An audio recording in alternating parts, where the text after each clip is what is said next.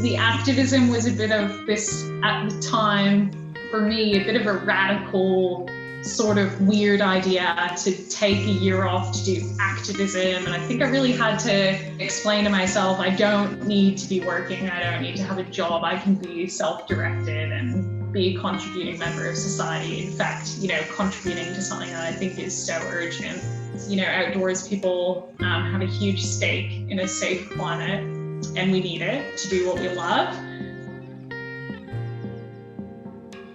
Listen, Stokely, where we tried to be involved, to listen and learn for us all to evolve. So welcome to you and welcome the world. We hope you enjoy the stories to be told. Welcome to Stokely, a podcast where we explore environmental conservation, our human mindset and adventure.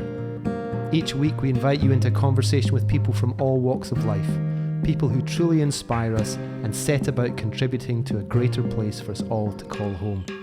So please take some time to settle in for our conversation today with our host, Maya. Hi everyone, and thanks for tuning in today as I have a discussion with Vicki Adams from Outdoors People for Climate Action. Vicki's found herself leading groups through and exploring some of Australia's most remote and iconic landscapes, including the Larapinta Trail in Central Australia and the Australian Alpine Walking Track. Influenced and inspired by her time on country and coordinating experiences such as Outward Bound, Vicki has gone all in on her mission to help align and empower outdoor people to enhance their response to climate change. As a Stokely listener, you no doubt have passion for and you recreate in the outdoors in some way, shape or form. So I hope this intro to Vicki and the work that she's doing leads you to some further tools that you can use to help participate in protecting the remaining wild places that we have and the environment as a whole. So thanks a lot for tuning in today. I'd just like to take a moment to acknowledge the traditional custodians upon the lands where this podcast is created and listened to, and I'd like to pay my respects to their elders past, present and emerging. So on with the discussion, and I really hope that this inspires you to lead some more action in your part of the world to help protect this home planet that we call the big blue sphere Earth. And obviously, once we get going, if there's anything that we need to edit out, we actually have a rule about not doing that. So, yeah. Really? Yeah, it's this thing that we've just stuck to forever. So, apologies in advance for that. So Vicki, thanks for taking some time today out of your Friday. It's really good to be able to welcome you to the podcast. I was just telling you moments before I hit record here that we've naturally seen that Stokely is going into this realm of outdoor sports, outdoor living, environmental protection, and also mindfulness and mindset. There's these three elements that we've really started to focus on having discussions about, and discussions with people who really use these lifestyles and elements to have the backbone of their life put up against. So I think that you're the perfect person for a chat with right now because of what you do and who you are. So thanks a lot for coming on board. Wow, thank you very much, Lyle. It's definitely a huge pleasure to be here. Well, thank you for all the work you've done leading up to this podcast. I know you listened to a few of them, which definitely gives us a couple of downloads, which is paying the bills. It's paying the bills. By the way, we don't have sponsors anyway. So Vicki, obviously you've got a really great Canadian accent, which is always very nice to have on the show, although you have spent quite a bit of time in Australia to date. So maybe just give us a little bit of a background on yourself, and then we can get into a little bit more about the great work that you've been able to do with Outdoors People for Climate Action, the group that you've kind of co-founded. Maybe a little bit of a background on what's brought you here today. Yeah. So I guess, just on myself, who I am. So I grew up in Canada, in the greater Toronto area. very urban, I suppose. But I accidentally, I traveled to Australia, and I guess I've been here ever since, really. So I've lived in Australia for 9 years now, so it's very much home. So I've spent my adult life here. But for most of my working life, I've worked in the outdoors. So I trained in outdoor recreation, which is pretty typical for people moving into outdoor education. So since then I've worked in outdoor education as an instructor for a few companies and as a coordinator, so in the office and overlooking a base and operations there, and then also worked as a bushwalking guide. And then at the moment I decided to take 2020 off for climate activism, so I've stepped back from my outdoor work pretty much, and that's what I'm doing now. So you were brought up in a more of an urban environment, you said, like just pretty close to Toronto. Did you have a lot of connection to being outdoors and falling in love with nature from a really early age, or did that come later on? Yeah, so interestingly, that came much later on for me. Like I said, I grew up very urban, and I didn't have the school opportunities that I guess I help teenagers have through my work when I was growing up. But I think from a young age had a very natural attraction to outdoor places, but I didn't really get to fulfill that until my young adulthood. And then I guess I took my first tenuous steps into the outdoors, and then after some time and some familiarity, I just totally fell in love and really found this whole avenue in life that I hadn't been aware of, and found so much meaning for it. And it's definitely been, one of the most important parts of my life ever since. So I'm super interested in that that element of people who live in urban areas and don't necessarily get to experience the elements of nature, because I think it's, I've said it a number of times before, but there was a moment in time quite recently where more people started living in urban areas around the world than rural areas, like that tipping over point. And that, to me, that makes me think that there's going to be a real need and importance on making sure that people who are in more urban areas do get to somehow connect with the more natural world, and how do we do that is a really big question, and something that I quite often think about. What can you take from your experience from living in an urban world to going into the space that you are in now? Like, what are the things that happened along the way that you could share with us that might even help other people to branch that gap? Yeah, it's funny. It's funny because I think like over the last few years, I've just really, you are who you are at whatever stage of life you're in, and so I suppose it's something that I hadn't given a lot of thought to recently. So let's see. It's funny, I don't know, I think my process of coming into the outdoors was like quite distinct, maybe because like I said, very little outdoors until the time I was 18, really, like, and had left high school, and then really got into it from there. And maybe it's just the sort of person I am. But I remember I had always been, when I was a teenager, I was quite interested in, I think I was attracted to nature, and I think I was very interested in environmental concepts, things like that, read David Suzuki growing up, being Canadian.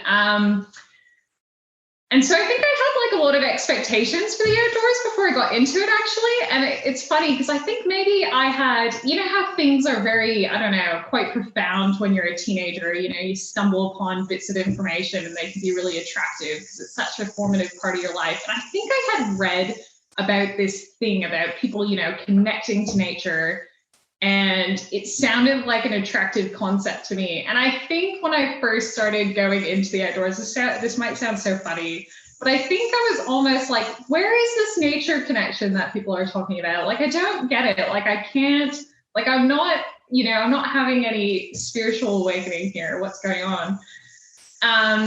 And I think, in my young adulthood, I think I looked back on that time a lot, because once it started to happen, like the ball really got rolling. And I guess that's one of the pleasures of having really only discovered the outdoors in my adulthood, is that I was consciously aware of that process that you might not have if you're just a toddler growing up in the outdoors. Like, and a lot of people grow up that way, especially in Australia, I suppose. A lot of people also don't. And like you said, it's really changing for the urban. So I think it's terribly important. But yeah, so I think I was aware of the connection to nature. And I think it does have to come from some level of familiarity, and it gets better and better and better the more time you spend out there, doesn't it? So Yeah, absolutely. That's so cool. So you mentioned David Suzuki, the writer. What did you read in his work that made you that triggered a couple of things or planted a few seeds within you? Yeah, look, the only thing I can say, like, is I read his Green Guide, and so I must have been maybe like 16 or 17 when I read it, and it was really just a handbook of how to live a more sustainable lifestyle. And it just hit me recently, where I thought, geez, like what an impact that might have had on me. That might have been the moment for me growing up, especially as a teenager. So I mean, I think everyone has a huge amount of respect for David Suzuki. He's incredible, and he's done so much in Canada. I mean, he's a bit of the Bob Brown of Canada. He's such an amazing environmentalist. But I just realized how something so small, like a green guide, like a handbook to sustainability, it could be anything that's that big seed for you, I guess, that puts you on a path. Yeah, it's pretty amazing to hear that. Like I was like I said, I'm just super curious about it, because I feel like it's going to be something that we really need to be aware of. Like it's really great getting people that are in the outdoors frequently thinking a little bit more about, say, how to advocate for them and protect them. And it's like, if the majority of people are living in urban areas, we can't discount their health and the need for them to be connected in many ways too. So maybe Vicki, you could make the Vicki Adams Green Guide and just start handing it out. Who knows what kind of a seed it will plant, Who knows?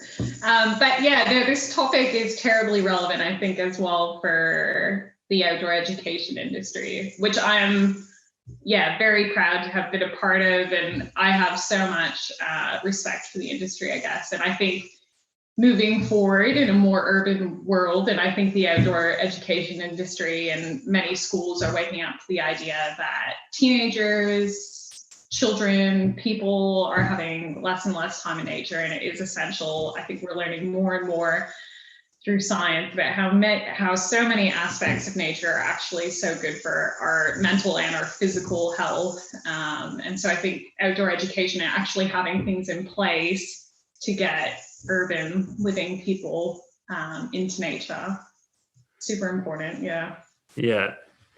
So I'd love to speak a little bit more with you about your involvement in the outdoor, the outdoor education space. One thing that stands out to me a lot is the Outward Bound program that you work with, and that as a company. I've never been a part of one of their programs, but I've definitely heard a lot about it, and I think it's looking back now, I'm like, damn, I would have jumped it. Well, obviously wouldn't have jumped at it because I didn't, but I think like, wow, I would have loved to have done that back in the day. Can you do it as an adult, or is it a certain age group thing? Yeah, no. So it's funny that that I must have mentioned it. Yeah, but Outward Bound, it's amazing. Yeah, it's such a great organization. It's Yeah, it's such an inspiring workplace. And I think it's one of those things like, there's probably lots of things in life like this, but once you've been an outward bounder and worked at outward bound, I think it always remains a part of who you are. Super special place. But as far as, who does the program? So look, Outward Bound Australia does work a lot with teenagers. So a big part of their work is working with schools and taking out lots of teenagers into the field, and they're really incredible programs. And then after that, adults as well. So once a year, there's a 26-day program for adults to sign up. So that's just a public registration open course. So adults sign up to do that 26-day trip with Outward Bound. And then otherwise, they do run a few other programs like family courses, other public enrollment programs, and then also corporate as well. So they definitely, they work a lot with teenagers, but also adults, and in other countries as well with adults as well. It's all over the world. Yeah. Brilliant. Yeah. I mean, being such an expert on it and having been immersed in it, are you able to give us a little bit of an outline as to what the mission is for Outward Bound? Like what happens with someone who turns up for their first day or their first course? Like what are they going to be taught and led through, and what's the experience for them? Yeah, so I feel, so Outward Bound, let's see if I can do it justice. So look, I guess the starting point with thinking of Outward Bound is knowing that it's got a very long history. So Outward Bound was actually founded in World War II by a very inspiring man named Kurt Hahn. But anyway, he started Outward Bound to help the survival rate of young sailors who were getting stranded in the sea, in the middle of the ocean during the war. Yeah, so it was all about improving resilience for them. And he took them into the outdoors, just on land, and people thought it was a bit bizarre. But basically, he, I guess, exposed them to their own human potential. And it worked, it gave the improvements that the people who paid him to do the work were looking for. And it's spread around the world since then, and it's had an important place ever since, even in completely different contexts, of course. So I feel like there's lots and lots of outcomes on an Outward Bound program. And of course, if a school comes to Outward Bound, the school might be looking for particular outcomes as well. But there's some outcomes that are always going to be a part of an Outward Bound program. And in fact, Outward Bound, so there's a group, Outward Bound International, who audits Outward Bound schools to make sure that they're living up to, I guess, the history and the standards of what Outward Bound is, because it's quite a unique organization. So definitely, like, resilience is a big part of it, human potential. Can't remember all the Outward Bound Australia values off the top of my head, but definitely human potential, service, resilience, responsibility, things like that. They're known as, I'd say, in the realm of outdoor education, probably wherever they are in most places around the world, they're typically challenging programs. So definitely in the spectrum of outdoor education in Australia, they're pretty challenging, they're pretty adventurous, very journey-based. So say a typical schools program might be 10 days. The students arrive and it's pretty much a journey-based program from there. The students take on a lot of responsibility. There's off-track walking. There might be whitewater rafting, so a variety of activities, roping activities, maybe a solo where students are on their own for hours or even overnight. Yeah.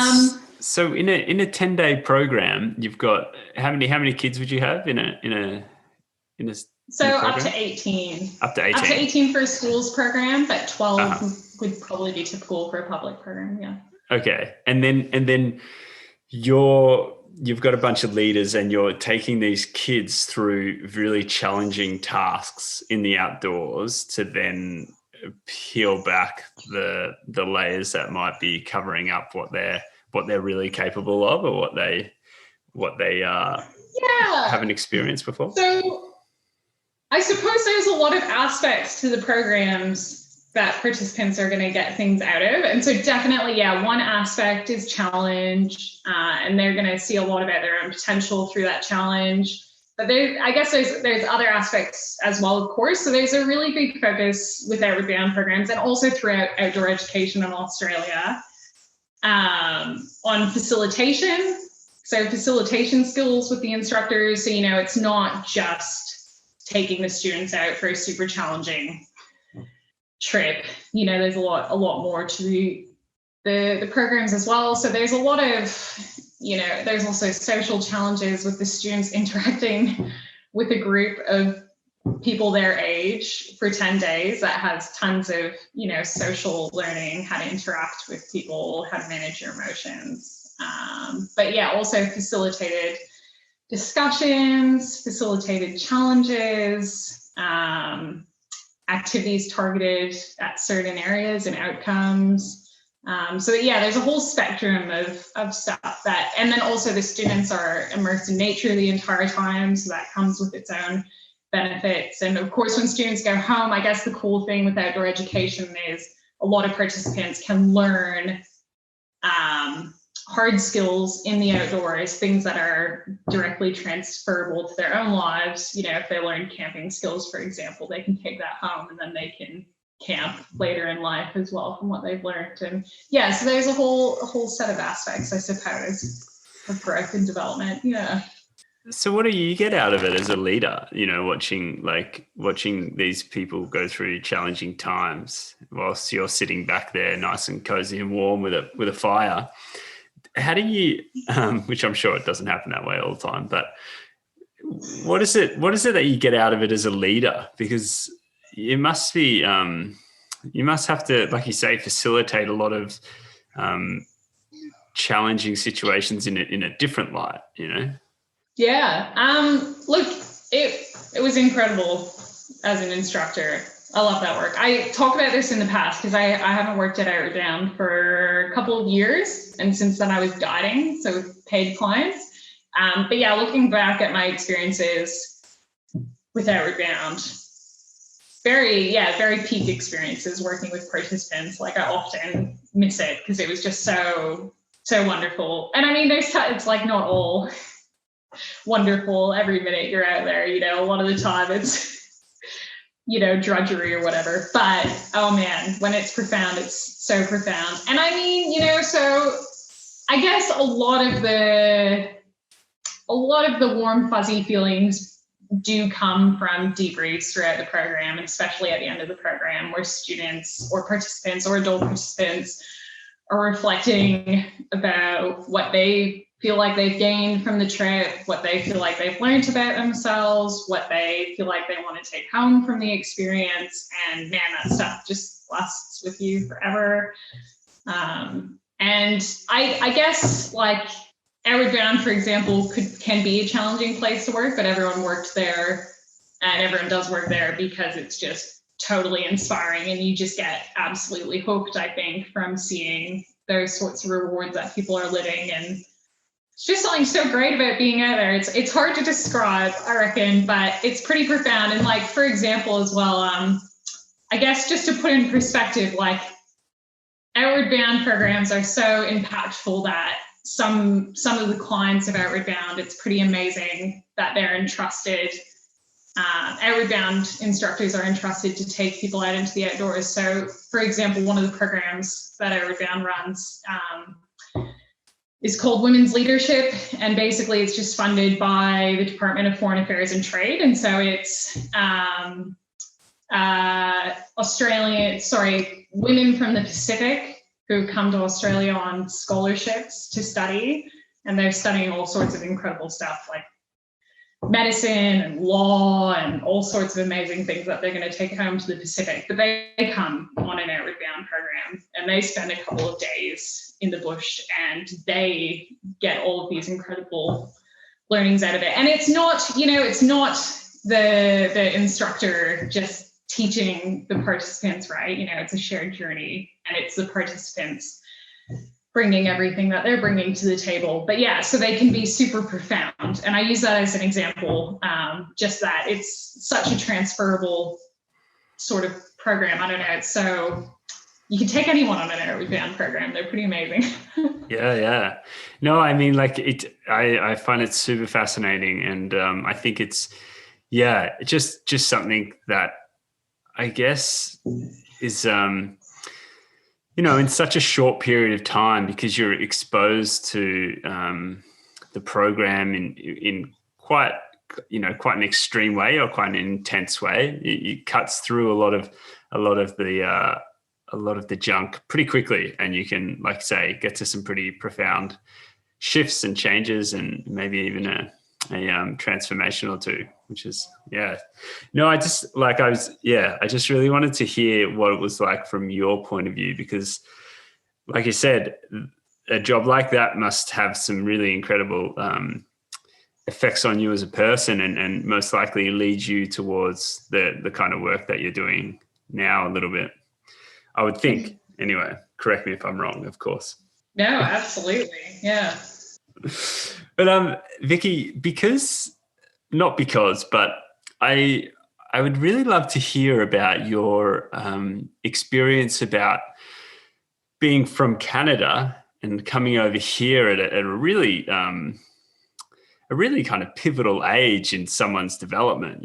Like you're going into adulthood, and you're starting to understand a little bit more about what your potential is in the world, and what you can do, and I'd love to know about the process you went through connecting to Australia. Like I know you've spent some time guiding, and I'd love to hear about your time even doing the Lara Pinta Trail and what that was like as an experience. But I'd love to, because connection to country is such an important thing here in Australia. And I feel like no matter where anyone is, the ability to be able to connect to country and the land that they're on is something that, without overusing the word profound, is something that could bring you some profound insight into who you are and what you want to do or can do in life. So I'd love to know about some of the experiences you had that made you fall in love with Australia. Yeah. Whoa, that's a big question. So, I mean, I think, as I was kind of saying, I feel like my connection with the outdoors really turned on in Australia, because this is where I was becoming an adult, I suppose. I guess when I first came to Australia as a Canadian, just like at first glance, it was a very dry country to me. So I come from Ontario. Ontario has a lot of water. I think there's parts of Ontario that have more fresh water than anywhere else on earth. So there's just fresh water everywhere, and very little in comparison in most places in Australia. So I noticed that straight away. And I noticed, everything is so different here. And I think people probably think about that a lot when they think of the first white Australians coming here from England and talking about how different it was from home. And I can really see how that would have been the case, because it's so different from Canada. The trees are different, everything's different. And so I think it took me a little while to get over that sort of just totally different, didn't have my bearings, completely sort of different landscape entirely. But yeah, and so in my time in the outdoors, I've been really lucky to spend lots of time in lots of different places and see lots of different national parks. So I did a lot of work in, I trained in the ACT, but I did a lot of work in Southwest WA. And Southwest WA is amazing. It's so incredible. I'd say it's probably one of my favorite places. What is it? Sure. What is it about the area what is it about the area compared to, because you're in New South Wales right now? Like, what is different about what exists over in Southwest WA? Because I've actually never been to Southwest WA, so it sounds like I should get there. It's definitely a biodiversity hotspot. So I think it's one of the best places in biodiversity from Australia. So super biodiverse. The plant life's just really amazing. it's very famous for its wildflower displays in spring. So just really incredible. It's just got such an old feel to it. I think it is very old geologically, actually. So maybe that contributes to it. I mean, it's a pretty quiet place. So I think for WA, you know, a lot of people do live in Southwest WA. A lot of people do live south of Perth compared to everywhere else. But otherwise, you know, there's a lot of wilderness down there. There's a lot of really quiet outdoor places. The Southern Ocean is just so epic there. It's a real force. Just huge granite plates everywhere, lots and lots of sand, so tons of sand dunes, and you know, they've got their own strange topography there. Really amazing plant life that grows on that. And then also you've got the Kerry forest. The Kerrys are very well loved, as are the Tingles. The Kerrys get really big and tall, and the Tingles are really incredibly wide at the base. They're a type of tree, right? It's hard to describe, but it's incredible. Sorry? They're a type of tree, right? Yeah, the Kerrys and the Tingles. Yeah, and it's incredible. But I guess like for all of us in the outdoors, a lot of our understanding of the place is based on what we've actually done there and our experiences. So it just in a very, like a relatively small area. So in our outward bound circuit, so I don't know, maybe couple hundred kilometers long, or maybe 100K long in an area that we've worked. Just working there all the time and walking off track all the time. And because of the topography there, you're not following spurs through the bush a lot, because not a lot of it's mountainous. There is so much the sand dune country. So you follow different routes every time, and you see lots of cool different nooks and crannies in the landscape. And you get that really web-like picture, and then with the rivers and the inlets. Yeah. I find that super interesting. A group of friends and myself speak a lot about the relationship between connection and protection. And I think you touched on it just there in what you said about, you know, people have different experiences in the outdoors, and that generates different, you know, memories and I guess different feelings about that place that you have experiences and have a connection to, really. And, you know, our thought and our train of thought with all of that is that it's really important to allow people to connect with the natural world and wild places, because eventually that connection will lead to a greater set like feeling to want to protect those places and to want to put time and effort and create, and, you know, you'd be willing to be inconvenienced so you can protect those kind of places because of what they've been able to bring to your life. And so I wanted to chat to you about the connection that you were able to draw, the connection you were able to experience with the Australian Alpine Walking Trail and your trek that you did along that. That's a decent walk, to say the least. That's for sure. Yeah. Look, the Australian Alpine Walking Track, I mean, I'm sure, for anyone in Australia, it's a great walk to do. If you're after an epic, totally amazing long walk, that is one of the ones to do. Yeah, it's really incredible. I can't speak more highly about the trail, really. So that was super special to do. I mean, I did it a couple years ago now. So, I mean, it was after I had done lots and lots of walking in my life. So I kind of, when I set out to do it, I thought, you know, it's just going to be a much longer walk. You know, this is what it's going to be. And I've spent time in the Alpine before, not tons, but, you know, I've been through some of the places we're going to go and whatever.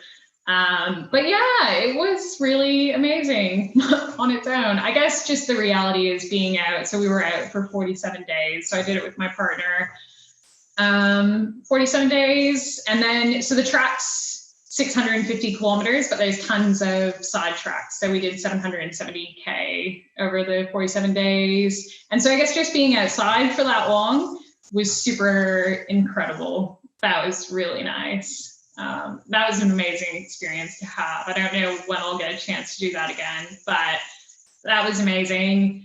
I mean, the Alpine's amazing. The actual area that trail goes through is super incredible. Tons of the mountainous forest of the regions, and then lots of subalpine and alpine.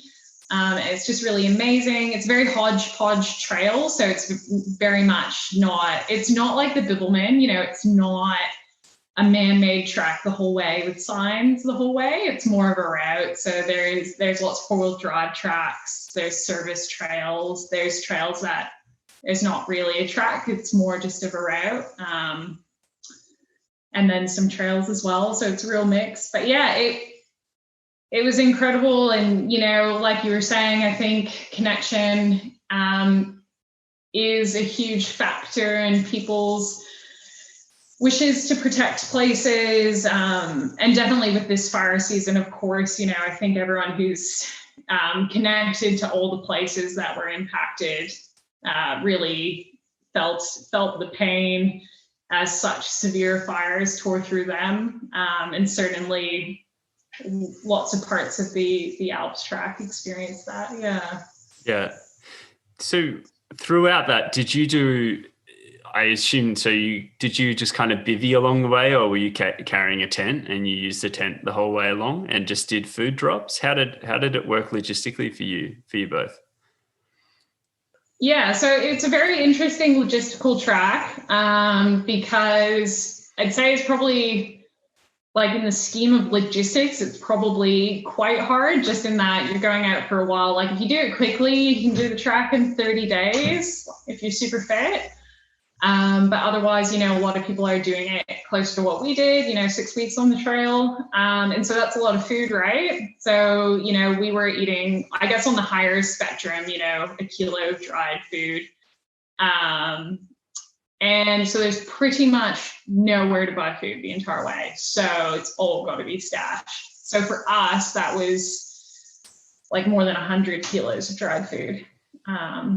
You just stashed along the trail.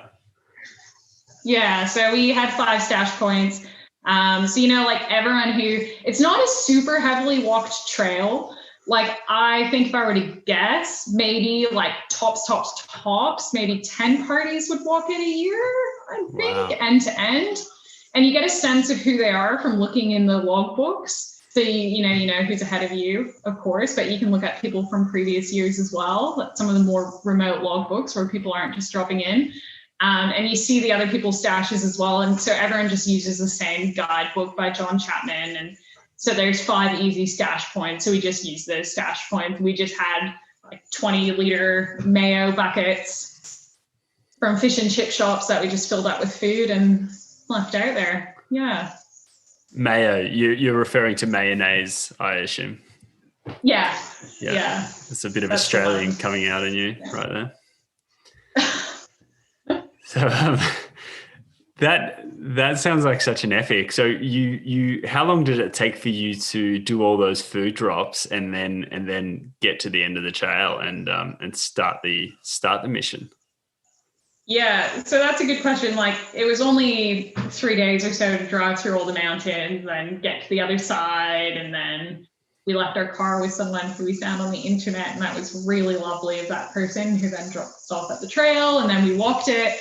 And then, of course, you've pretty much got to pick up your drops. There'd be no other way of really doing it on the Alps track. So we collected we actually flew to Melbourne and then drove back, and so did the 3-day drive again and collected all of our returns. And we had weird things in our drops, like old hiking boots, in case 30 days in we had a broken boot. So lots of things to pick up. But the real process was definitely preparing the food. So we pretty much home dehydrated like nearly all of it. And we met a couple who started around the same time we did, and they had spent a year dehydrating their food, and we had just finished our jobs. Yeah. And that's the sensible way to do it. We just finished our jobs and started dehydrating, and it just felt like we were the dehydrators. We would just get up in the morning and cook the food and put it in the 10-tray dehydrator and then eat breakfast, because that dehydrator had to be going nonstop for like a month. Wow. That's unreal. There's probably easier ways of doing it. Yeah, like just eating rice the entire time. is an option. Unreal. That's so cool. I love that. Is there like what happened along that trail that stands out as something you totally didn't expect and you just came up against it and was like, oh, we did not see this coming? Anything major? Yeah, just trying to think about it. Like water is a bit of a thing on the Alps track. There's a few areas where water is a bit hard to find, but look, we did it in spring. So we did it at the best time, so that was fine. And then snow is another kind of bit of a question because spring's the best time to do it, but there's still a bit of snow kicking around and, you want to get it done before the summer, although people do it in the summer. But the biggest snow dump of the year happened while we were on the trail in November. The main range just got dumped upon. And so we just woke up in one of the huts in Causey and made our way towards there. But yeah, so the traditional route of the Alps track does go kind of down through the ski fields rather than over the main range. And so there's lots of ways to make the Alps track a little bit more scenic. So people will pick the more scenic route if they can. And so we had to forfeit the main range and follow the track down for that. So there's just so much snow up there. So that was a bit unexpected. Yeah. Yeah. Wow. Like the 1 month before summer and it's dumping snow in Australia. Sweet. Yeah. Has that got anything to do with climate change, you think? Or is it not really? Don't know. It's a big dump though.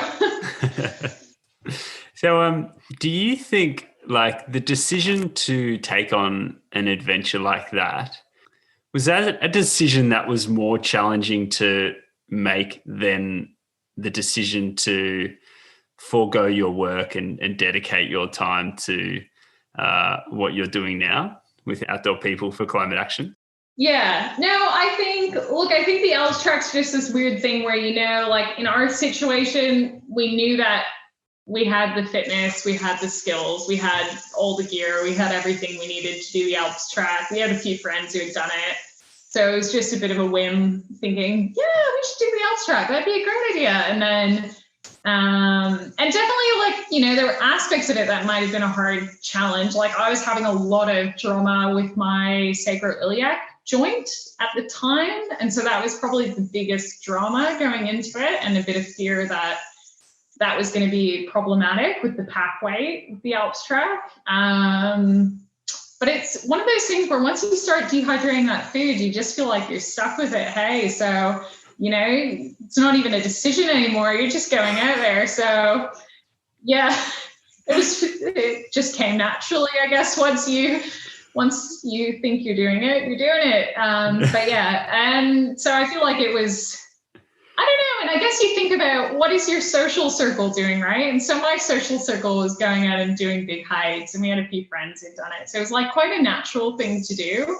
Whereas it's funny to compare it to the activism, because I feel like the activism was a bit of this, at the time, for me, a bit of a radical sort of weird idea to take a year off to do activism. And I think I really had to spend a long time explaining to myself that it was a good thing to do. And I didn't need I think I've gotten a lot of self-worth out of my work that I've done. And so to explain to myself, I don't need to be working. I don't need to have a job. I can be self-directed and be a contributing member of society. In fact, contributing to something that I think is so urgent. So I'd say the year off was definitely a lot harder at the time. I mean, now it feels natural, of course, but. How long ago was it that you, when did you begin your year of saying, I'm going to spend the next 12 months dedicated towards environmental activism? Yeah, so it's funny because I've always thought of myself as very environmentally minded, but I had and I think this is important to say, because I think it's very easy for people who are awake to the climate crisis to think, that it's common knowledge, it's what I'm reading about all the time. There's tons of media articles out there, like people know about this stuff. And while everyone's super familiar with the term climate change, like I had no idea about the severity and the urgency of the climate crisis until just September last year. And it was really because of the school strikes. So go the school strikers. I was in Alice Springs working on the Larapinta, and there was a great show of community support in Alice Springs. More than 50 businesses shut their doors for the day to honor the school strikes. Super, super amazing community up there. But yeah, of course, that just got me thinking, wow, this must be a big problem. If this is happening on the ground in Alice Springs. And so, very quickly, once you start reading about climate change, it becomes, of course, very apparent very quickly how urgent and how severe it is, because there is tons of information out there, but we live in such an information-rich world that I suppose if you're not looking for that information, you're not necessarily going to come across it. So, but, once I looked for it, it was there. And so finished up my season guiding, traveled down to Sydney where my partner's family live.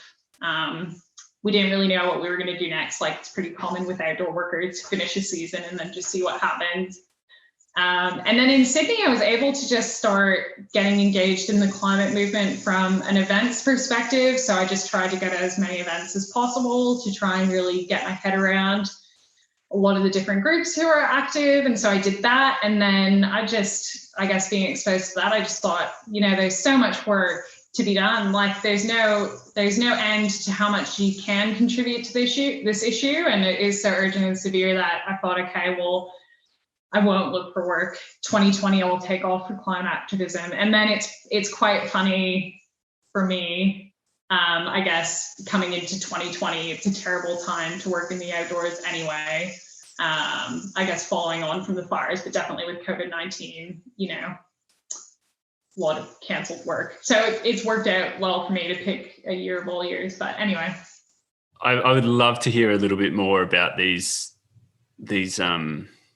what you uncovered in doing some more focused research in climate change and that whole space, because I feel like I'm in many circles that speak a lot to the situation we're currently facing. And what is it that you found when you started looking deeply into it that really sticks with you and motivated you to go, whoa, this is a much larger issue than I previously thought? Yeah, well, look, I'm trying to think about what sort of information I've just got, like, off the top of my head, like stats or something. Because I've always thought, if I had to convince someone in 1 minute, what would I say to really convince them as to how dire the situation is? And to be honest, like, with the group that I'm working on, I've spent a lot of time thinking about a lot of different topics. And so I haven't gotten that 60-second script down. So I'm just speaking from memory here.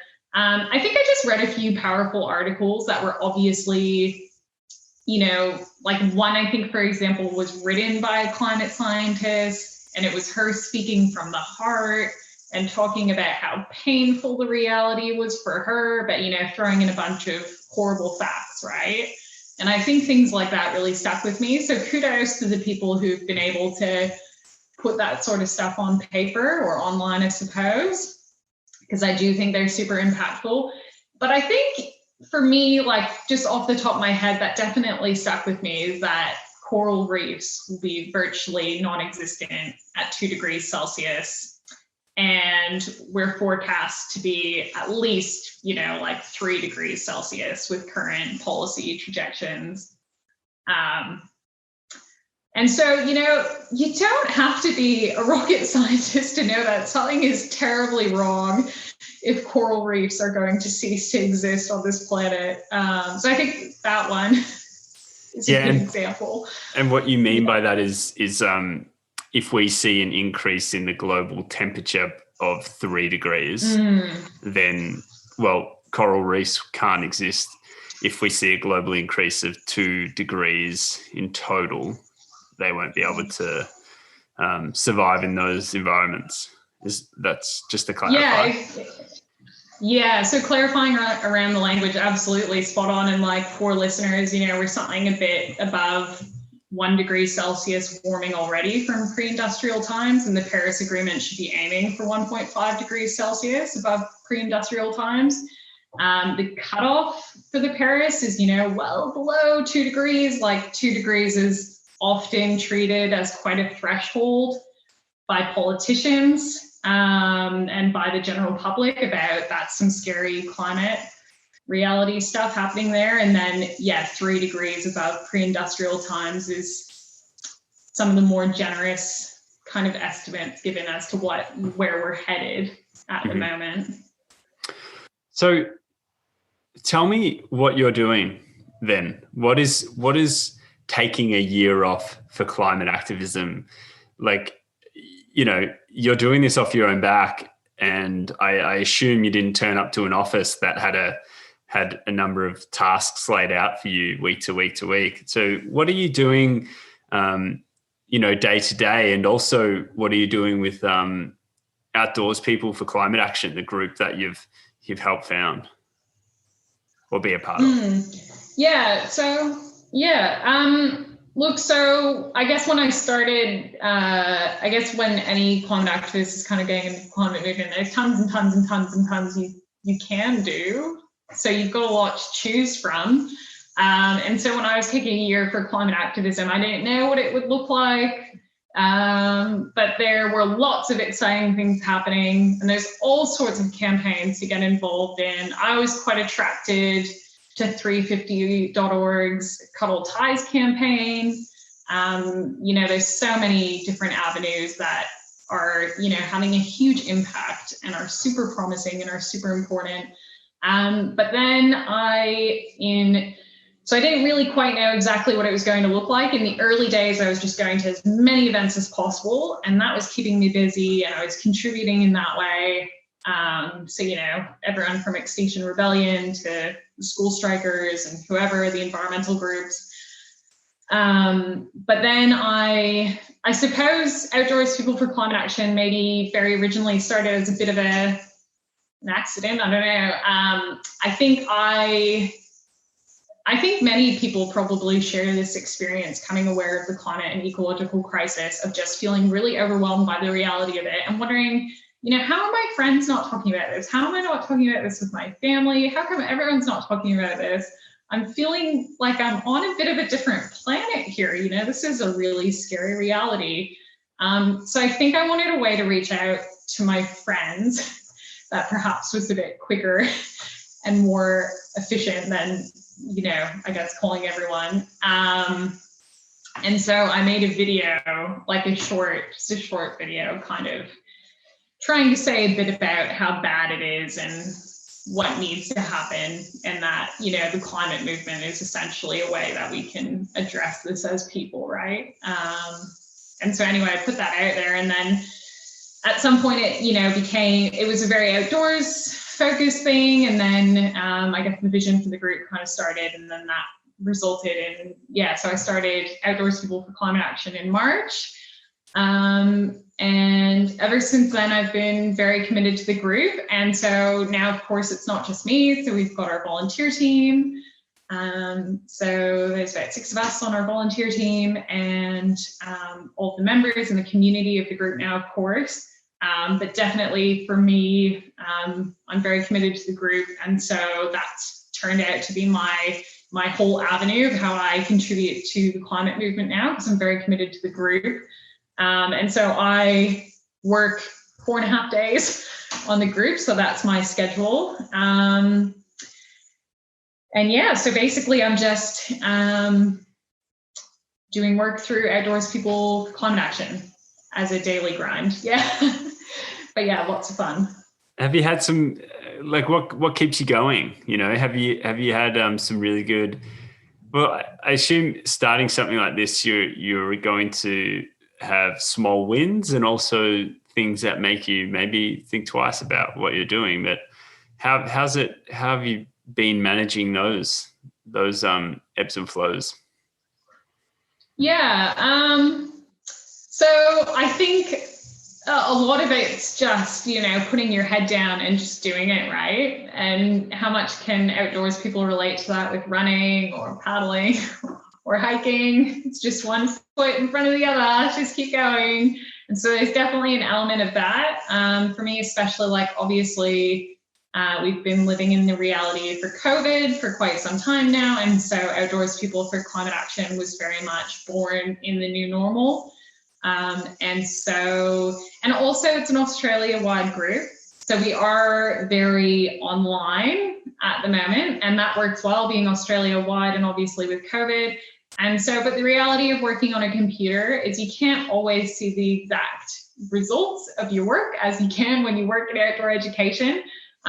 So you've got to just kind of be hopeful at the other end, and you see glimmers of what you've achieved along the way, especially for a group like this where we're not stopping a mine. We're just trying to open the minds and hearts of people and get people more engaged. So definitely, like, people's response to the group has been super inspiring and has definitely kept me going. Without that, obviously, I don't think I would have had confidence in the group. So people's response has been positive, and that's made it achievable. But I think it's not only within the context of the group though. So there's within the context of the group, and then I think every climate activist in all of their various groups needs inspiration to be a part of the bigger fight that we're all in together, which is solving the climate and ecological crisis, right?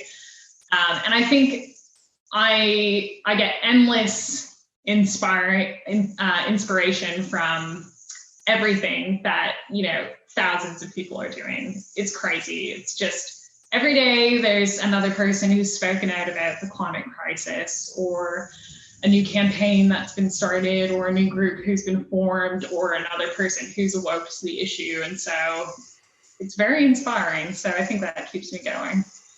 And what's your call to action for people? What do you ask them to do as a first step?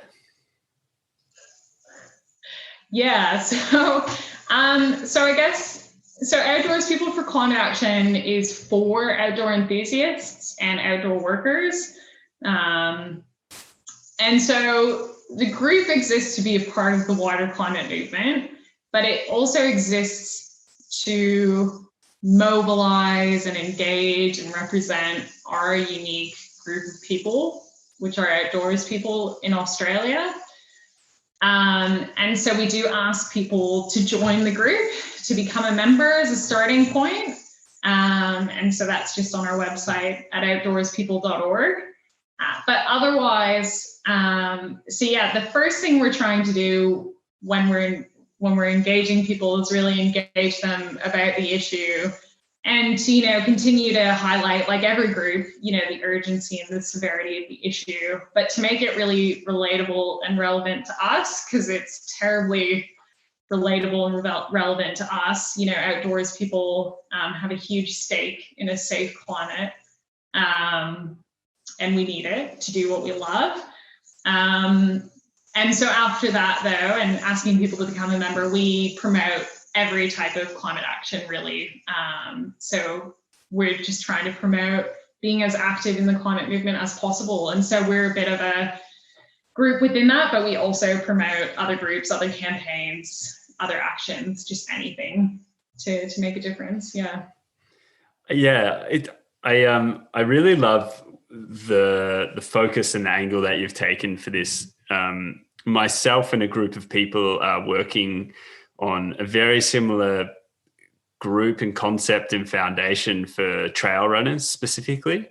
And we've come together to organize a group called For Wild Places. And I think it's so interesting what you mention about Outdoors People at large that have something at stake, because this one thing always comes to mind, especially with runners, is like, all you need to do to go running is to have a pair of shoes, and sometimes it's not even that, you don't need anything to go running. It's such a simple sport, but you actually need somewhere to run essentially as well. Like, unless you do it on a treadmill, and I've done my time on a treadmill, and I can tell you it's not a long-term thing.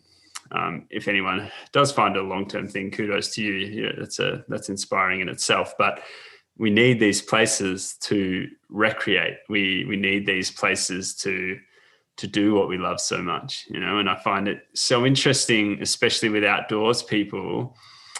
We spend so much of our life that we enjoy to pretty much the fullest sense of the word enjoyment in the outdoors. And I just wonder what the correlation of that time is compared to the time that we spend protecting it. And I feel there is that sort of disconnect.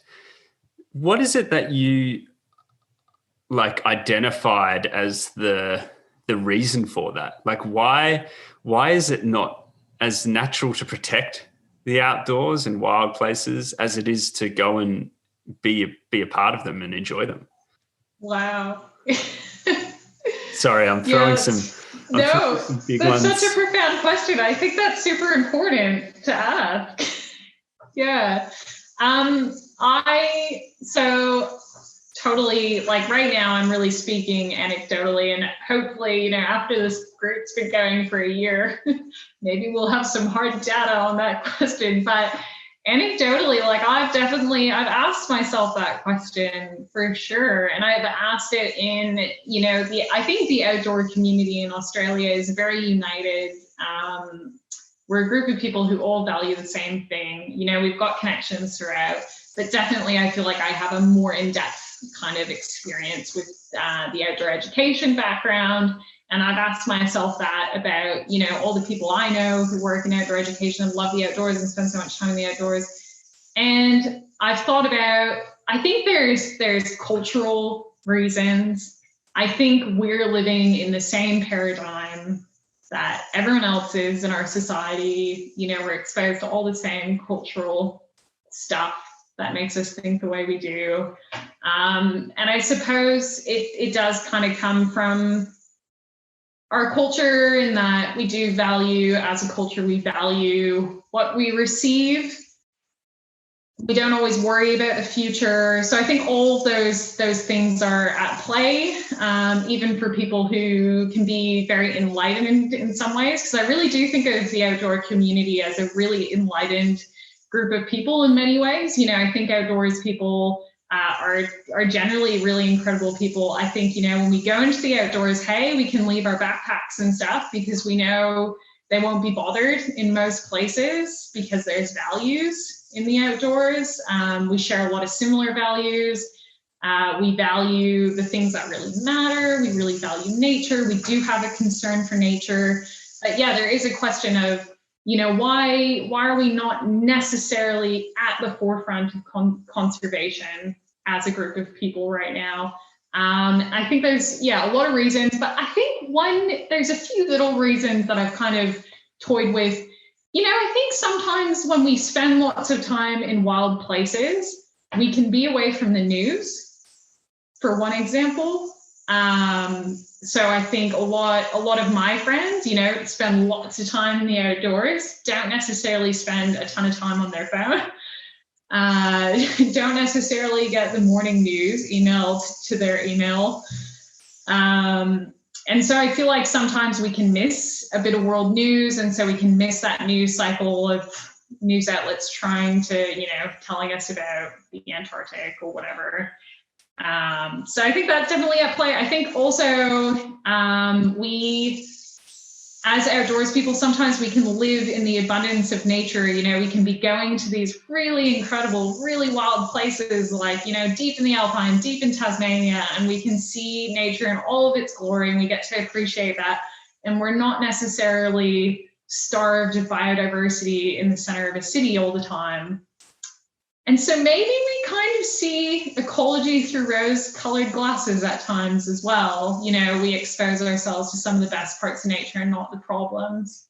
So I think there's a few small factors with big cultural overtones, maybe. Yeah. I can. Yeah, I think you're spot on there. Yeah, absolutely, and well identified. Absolutely well identified. That's so important. It's so important to be able to understand the situation of other people as well, instead of being there and saying, sitting in your realm and in your circle saying, you're doing this wrong, you need to do this, you need to do that, and pointing the finger. It's like, how do we go into their world, and how do we see this from their perspective, and how can we, not,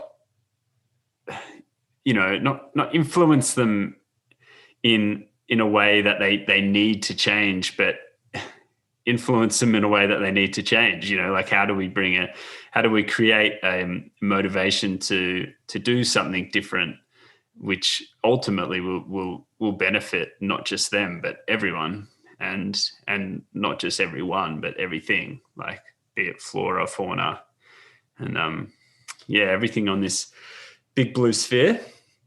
So I've been asked this question a number of times recently. I've been a part of a program called the Wild Idea Incubator, and it's been incredible. It's been really, really, really incredible. And I would be really, really happy to share a lot of the content that we've been able to work through in that program. So make sure you follow up on that with me after this.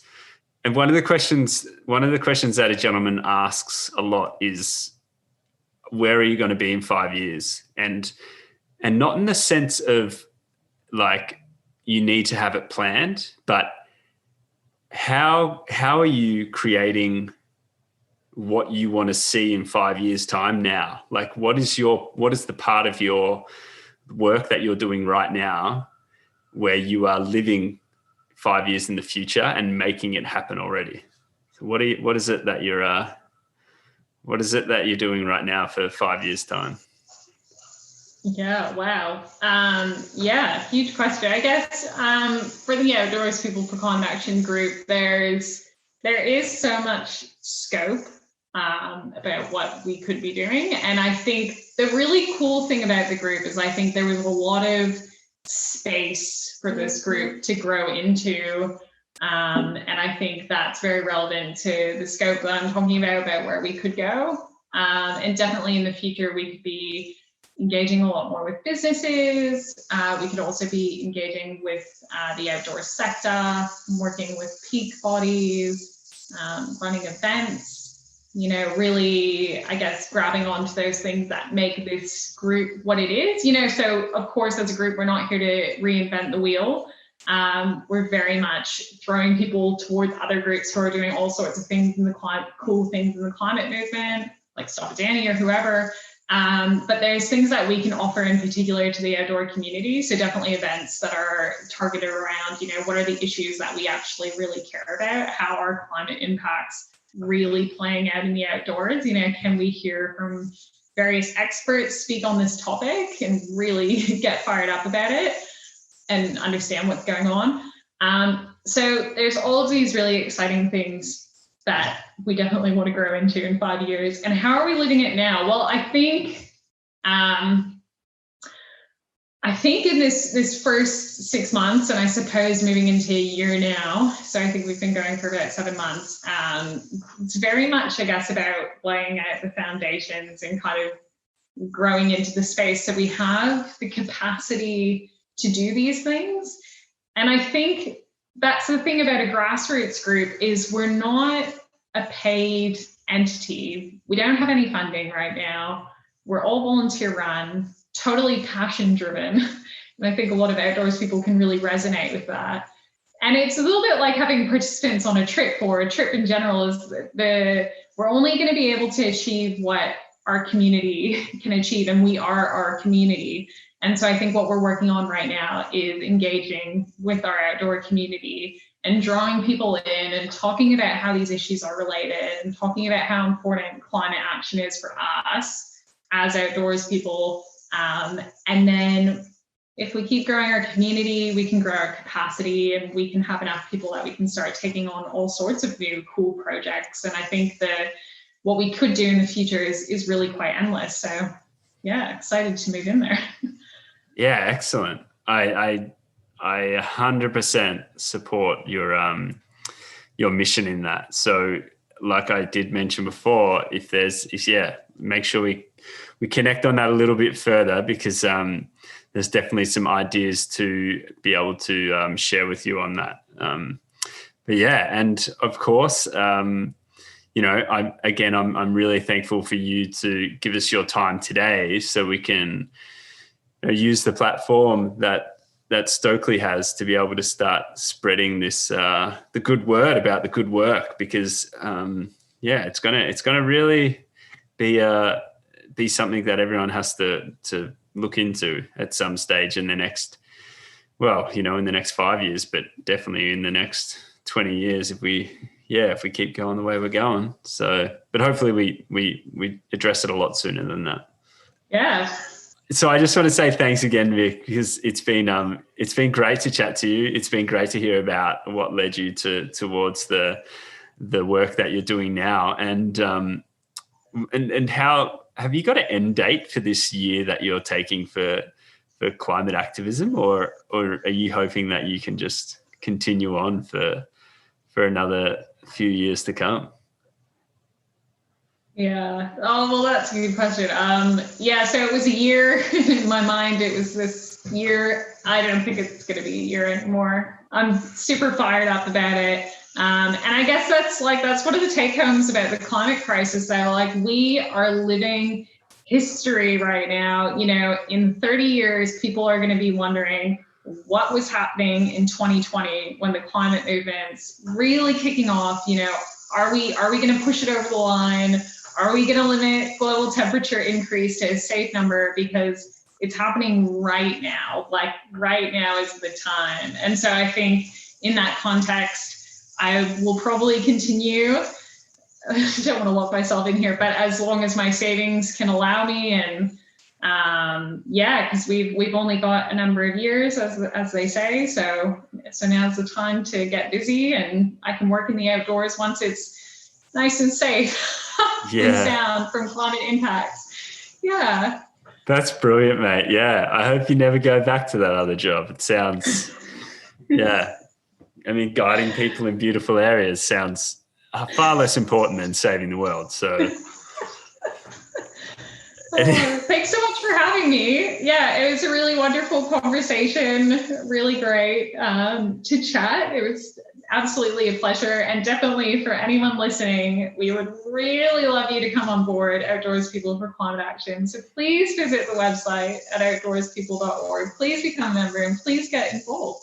Absolutely. Yeah. I'll definitely put some notes down on how people can do that. Definitely. And look, I look forward to having a chat with you part 2 in another year's time, when you've begun and you're into your second year of climate activism work, which would be a huge success from my point of view. I think it would be great. Okay, great. I'll talk to you then. Keep up the good work again. Thanks so much for your time. Thanks for tuning in today, everyone. Myself and Douglas really appreciate your time and energy in listening to another conversation hosted by Stokely. If you'd like to know more about Vicki and the work that she and the group of people are doing at Outdoors People for Climate Action, please head over to outdoorspeople.org. Their website is full of resources and keeps you up to date on everything that's going on in their space. So thanks again. Please keep well until next time, and we will see you then.